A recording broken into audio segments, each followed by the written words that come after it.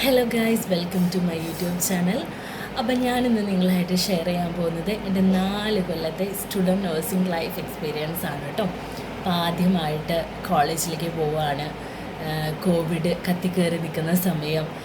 +2 ഒക്കെ കഴിഞ്ഞ് Covid batch, +2 ഒക്കെ കഴിഞ്ഞ് റിസൾട്ടൊക്കെ വന്ന് ഇങ്ങനെ എന്തെടുക്കണം എന്നുള്ളൊരു ഡിസിഷൻ, ആ ഡിസിഷനിലേക്ക് പെട്ടെന്ന് എടുക്കാൻ പറ്റിയിട്ടോ. നഴ്സിംഗ് അത് മതി എന്നുള്ളതായിരുന്നു കേട്ടോ. അങ്ങനെ കോളേജിൽ അഡ്മിഷനൊക്കെ എടുത്ത് ആദ്യമായിട്ട് കോളേജിൽ പോവുകയാണ്. തലേദിവസം തന്നെ ഞങ്ങൾ കോളേജിലെത്തി, കോളേജൊക്കെ ഒന്ന് കണ്ട് ദെൻ ഹോസ്റ്റലിൽ തലേദിവസം തന്നെ കയറി കേട്ടോ. ഞാൻ പിറ്റേ ദിവസം ഫസ്റ്റ് ഡേ കോളേജിലോട്ട് പോകുന്നു. ആദ്യമായിട്ട് പുതിയ ഫ്രണ്ട്സ്, പുതിയ ക്ലാസ് റൂം, എല്ലാം കൊണ്ടും ഭയങ്കര ഒരു എക്സൈറ്റ്മെൻറ്റ് ഉണ്ടായിരുന്നു. അറ്റ് ദ സെയിം ടൈം നല്ലൊരു പേടിയും ഉണ്ടായിരുന്നു കേട്ടോ. പിന്നെ ആദ്യമായിട്ട് ഹോസ്റ്റലിൽ നിന്ന് ആദ്യമായിട്ട് വീട്ടിൽ നിന്ന് മാറി നിൽക്കുന്നതിൻ്റെ ഒരു ടെൻഷൻ, ആദ്യമായിട്ട് ഹോസ്റ്റൽ ലൈഫ് എക്സ്പീരിയൻസ് ചെയ്യാൻ പോകുന്നു, അങ്ങനെയൊക്കെ ഇതിൽ ഭയങ്കര ഒരു ടെൻഷനും സ്ട്രെസ്സും അതേസമയം തന്നെ എക്സൈറ്റ്മെൻറ്റും കൊണ്ട് പോയതാണ് കോളേജിലോട്ട്. ഓക്കെ, അങ്ങനെ നമ്മുടെ കോളേജെത്തി. ഫസ്റ്റ് ഡേ പുതിയ ഫ്രണ്ട്സിനെയൊക്കെ മീറ്റ് ചെയ്തു. അങ്ങനെ ഭയങ്കര സക്സസ്ഫുള്ളായിട്ട് ഇങ്ങനെ പൊയ്ക്കൊണ്ടിരിക്കുന്നു. അതിൻ്റെ കൂടെ കോവിഡ് വളരെ നല്ല രീതിക്ക് കത്തി കയറി നിൽക്കുന്നു. ഞങ്ങളെല്ലാവരും തിരിച്ച് വീട്ടിലോട്ട് വരുന്നു. അതിൻ്റെ ഇടയിൽ കൂടെ ലോക്ക്ഡൗൺ വരുന്നു. അങ്ങനെ കുറേ നാൾ ഓൺലൈൻ ക്ലാസ്. അപ്പോൾ സുഖജീവിതമാണ്. വീട്ടിലിരിക്കുന്നു, ക്ലാസ് കൂടുന്നു, ഫുഡ് കഴിക്കുന്നു, അങ്ങനെ ഭയങ്കര കാം ആൻഡ് ക്വൈറ്റായിട്ട് പോകുന്നു. അതിനുശേഷം ഞങ്ങൾ തിരിച്ച് റിട്ടേൺ ബാക്ക് ടു കോളേജിലോട്ട് ഞങ്ങൾ വീണ്ടും വരുന്നു. അവിടെ വീണ്ടും ക്ലിനിക്കൽ പോസ്റ്റിങ്ങും എക്സാംസും അങ്ങനെയൊക്കെ ആയിട്ട് നമ്മുടെ ഫസ്റ്റ് ഇയർ കഴിഞ്ഞു. ദെൻ അങ്ങനെ വീണ്ടും സെക്കൻഡ് ഇയറിലോട്ട് പോയി. വീണ്ടും ക്ലിനിക്കൽ പോസ്റ്റിങ്സ്, എക്സാംസ് അങ്ങനെയൊക്കെ ആയിട്ട് നമ്മുടെ സെക്കൻഡ് ഇയർ കഴിഞ്ഞു, തേർഡ് ഇയർ കഴിഞ്ഞു, ഫോർത്ത് ഇയർ കഴിഞ്ഞു. ആൻഡ് ഫൈനലി നാളത്തെ ഒരു പരിശ്രമത്തിനൊടുവിൽ നമ്മൾ ഫൈനൽ എക്സാമൊക്കെ പാസ്സായി. ഭയങ്കര നമ്മുടെ ഗ്രാജുവേഷൻ എന്ന് പറയുന്നത് ഭയങ്കര ഒരു പ്രൗഡ് മൊമെൻ്റ് ആയിരുന്നു കേട്ടോ.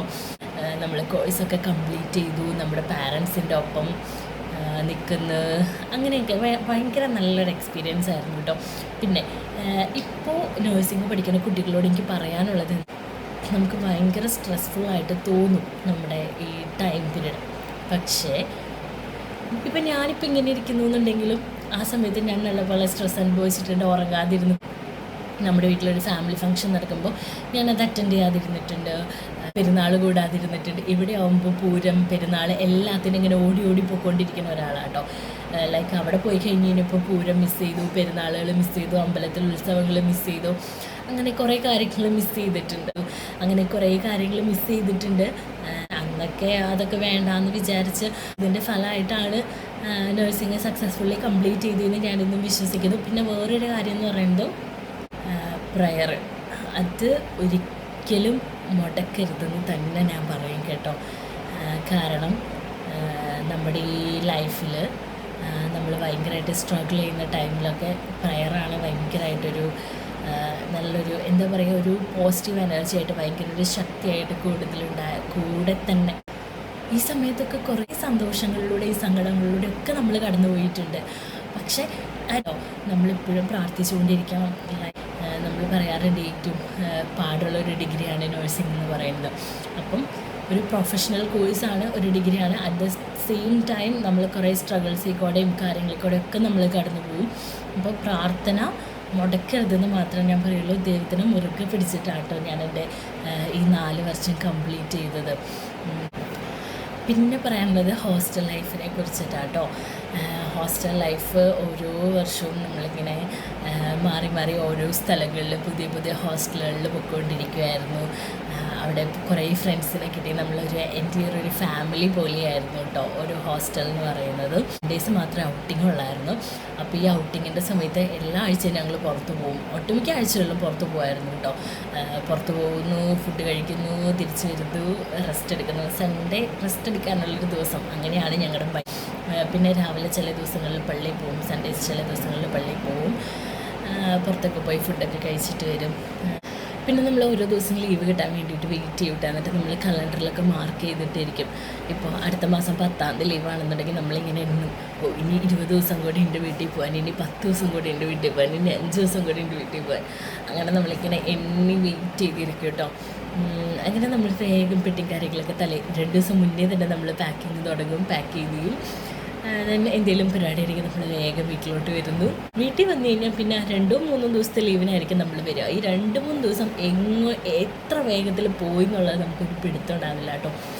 അങ്ങനെ വേഗം ലീവൊക്കെ കഴിയുന്നു, നമ്മൾ തിരിച്ച് വണ്ടി കയറുന്നു, നമ്മൾ വീണ്ടും കോളേജിൽ ചെന്ന് വീണ്ടും നമ്മുടെ റൊട്ടീനായിട്ടുള്ള കാര്യങ്ങൾ എന്ത് ചെയ്യുന്നു ചെയ്തുകൊണ്ടിരിക്കുന്നു.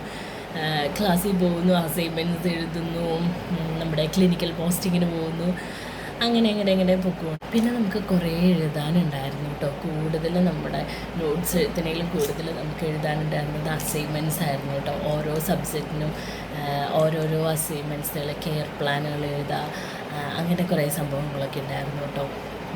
അതൊക്കെ നമ്മൾ ഇങ്ങനെ കറക്റ്റ് ടൈമിന് ഒരു ഡേറ്റ് പറയും, അതിനുള്ള വേഗം നമ്മൾ എഴുതി തീർത്ത് വയ്ക്കും. വീണ്ടും കറക്ഷൻസ് കിട്ടുന്നു, വീണ്ടും അത് നമ്മൾ എഴുതി വയ്ക്കുന്നു.